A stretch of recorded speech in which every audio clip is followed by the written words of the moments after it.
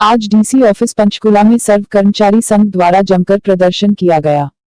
प्रदर्शन की शुरुआत पर सीमा पर शहीद हुए सैनिकों को श्रद्धांजलि देते हुए 2 मिनट का मौन रखा गया।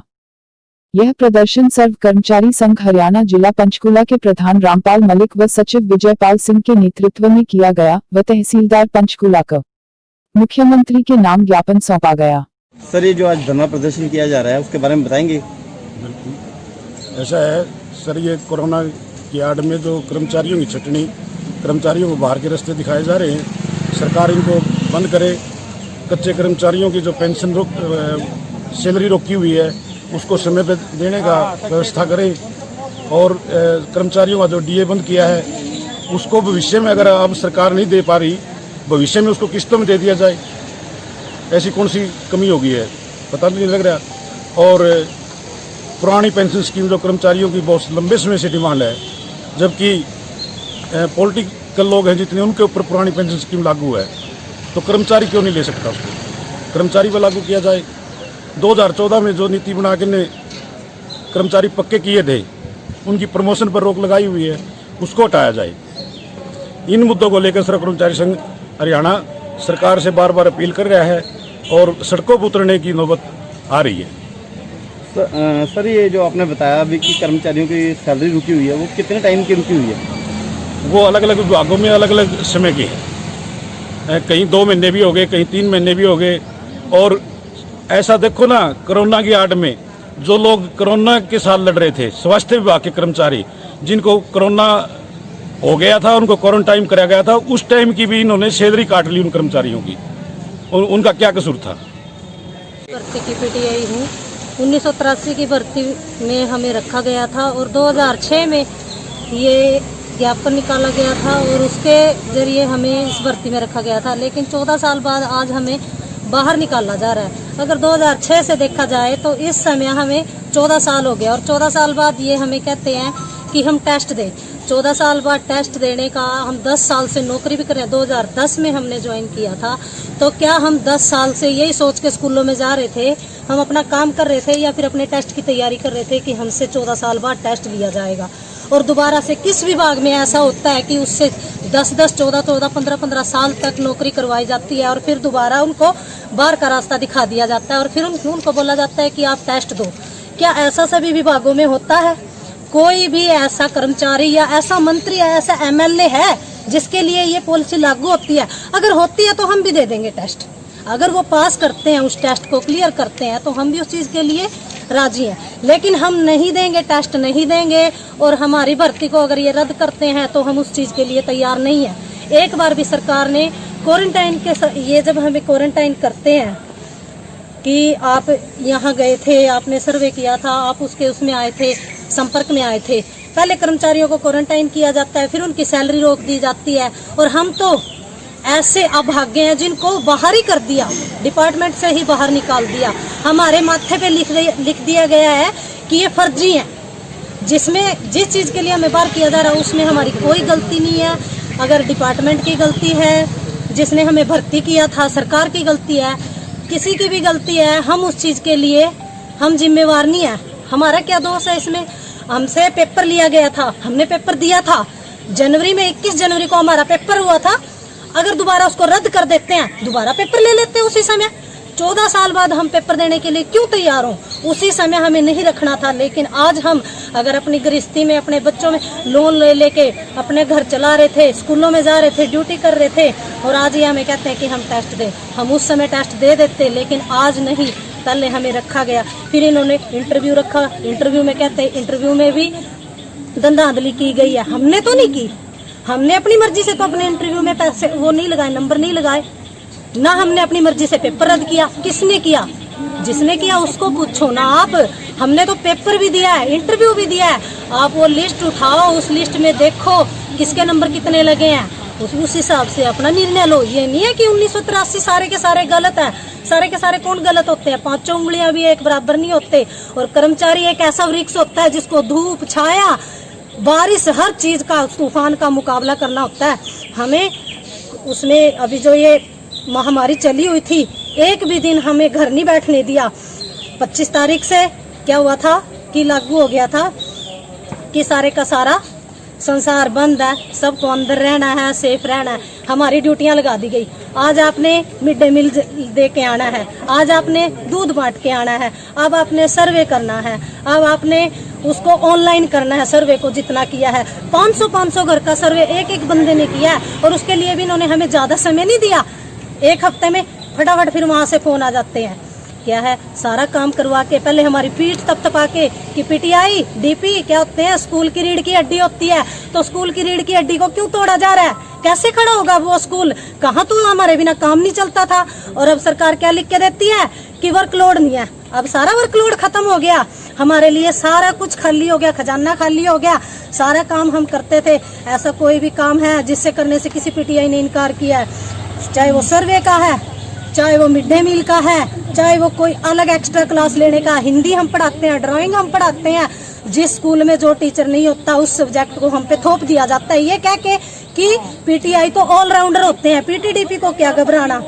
सब कुछ काम हमसे करवाते हैं और फिर बाद में ये हमारे माथे पे लिख के बाहर निकाल देते हैं। आज हमें कौन काम पे रखेगा, कौन रखेगा हमें काम पे, क्या कहेंगे, ये वही है जो 10 साल बाद 14 साल बाद बाहर निकाले थे, सरकार ने इनको लात मार के निकाला था। ये वही है फर्जी लोग, इनको तो हमें तो प्राइवेट काम भी नहीं मिलेगा, सरकार ने तो कर दिया अपना काम। कहते हैं आप काम पे से मत हटाओ, एक काम वाली आपके घर आती है, नहीं आती है उसको सैलरी दो। अरे आप क्या कर रहे हो, आप भी देखो ना, हम सरकारी कर्मचारी हैं। युवा पीढ़ी क्या सीखेगी हमसे कि जो 10-10 साल नौकरी करके बाहर हो गए तो वो क्या विश्वास करेंगे सरकार पे, कहाँ विश्वास रह जाएगा सरकारी नौकरियों पे। हर इंसान एक बार सरकारी डिपार्टमेंट में आ जाता है ना, चारों तरफ से वो अपने आप को ये सोचता है मैं सेफ हूँ, मेरा भविष्य बन गया, अब मैं अपने बच्चों के बारे में सोचूंगा। अब 10 साल बाद हम निश्चिंत हो गए थे कि हमें नौकरी मिल गई है, हमारे माँ बाप भी बड़े खुश थे कि नौकरी मिल गई है। लेकिन अब क्या हो रहा है, हम क्या ये सोच के आए थे स्कूल में कि हमें निकाल दिया जाएगा। हमें भी ये था कि हम सरकारी डिपार्टमेंट में आए हैं, 2 साल का प्रोविजनल पीरियड होता है, उसके बाद पक्के। लेकिन हम किस में आ गए, 10 साल बाद बार क्यों है ऐसा हमारे साथ। एक तरफ ये कहते हैं बेटी बढ़ाओ, बेटी बचाओ, बेटी पढ़ाओ, हम भी तो किसी की बेटी हैं, हमारे भी तो बेटियां होंगी। 1983 पीटीआई में क्या सारे मर्द लगे हुए हैं? उसमें महिलाएं भी हैं, पुरुष नहीं है, उसमें महिलाएं भी हैं, बेटियां भी हैं, माँ भी है, सास भी है, सब है। आज वो क्या जवाब देगी, हमारी आने वाली पीढ़ी क्या कहेगी कि उन बेटियों को तो बड़ी नौकरी मिल गई पढ़ाने से, जो लगी लगाई छुड़वा दी। सरकार अगर नई भर्ती नहीं कर सकती है, पुरानी भर्ती को भी रद्द ना करे, क्यों कर रही है वो पुरानी भर्ती को रद्द, नई भर्ती रख लो आप, हमें उससे कोई एतराज नहीं है, लेकिन हमें मत निकाल लो, हमें घर से बेघर मत करो। अब हम लू इतनी चल रही है, जेठ का महीना है, सड़कों पे पड़े हैं, कोई हमें देखने आता है, कोई नहीं देखने आता। हम पूरा दिन यहाँ धरना दे के कर्म अनशन पे बैठे हुए हैं, हम कोई हमें नहीं देखता, कोई हमें नहीं पूछता कि हम कहाँ से रोटी खा रहे हैं, भूखे हैं, प्यासे हैं, कहाँ से हमारी घर की किस्तें जा रही हैं। हर एम्प्लॉयज ने जब गवर्नमेंट जॉब में आ जाता है ना कोई, और गवर्नमेंट जॉब में नहीं सिर्फ कॉन्ट्रैक्ट में भी आ जाता है ना, वो भी लोन लेके ये सोचता है मैं घर बना लूँ, सबसे पहले छत होनी चाहिए हमारे सिर पे। वो बैठे हुए हैं, आज कहाँ से वो रोटी खाएंगे, कहाँ से वो अपने बच्चों का एडमिशन करवाएंगे, कहाँ से वो अपने घर की किस्तें देंगे।